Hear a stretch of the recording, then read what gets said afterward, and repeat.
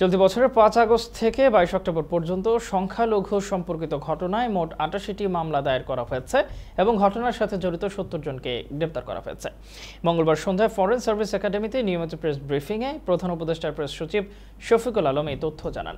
সুনামগঞ্জ, নরসিংদী, চট্টগ্রাম ও ঢাকায় সংখ্যালঘুদের ওপর সাম্প্রতিক হামলার কথা উল্লেখ করে তিনি বলেন, ওইসব জায়গায় নতুন কিছু ঘটনা ঘটলে গ্রেপ্তার ও মামলার সংখ্যা বাড়বে। এসব মামলার বিস্তারিত তথ্য পরে জানানো হবে বলে জানান শফিকুল আলম। প্রেস ব্রিফিংয়ে প্রধান উপদেষ্টার deputy press secretary Abul Kalam Azad Majumdar বলেন, ক্ষমতাচ্যুত প্রধানমন্ত্রী শেখ হাসিনার শাসনামলে পদোন্নতি বঞ্চিত সরকারি কর্মকর্তাদের আবেদন পর্যালোচনার জন্য গঠিত কমিটি আজ প্রধান উপদেষ্টা অধ্যাপক মোহাম্মদ ইউনূসের কাছে প্রতিবেদন জমা দিয়েছে। তিনি বলেন, কমিটিকে ৯০ দিনের সময়সীমার সাথে তাদের প্রতিবেদন জমা দিতে বলা হলেও তারা সময়সীমার আগেই প্রধান উপদেষ্টার কাছে সুপারিশ সহ প্রতিবেদনটি জমা দিয়েছেন।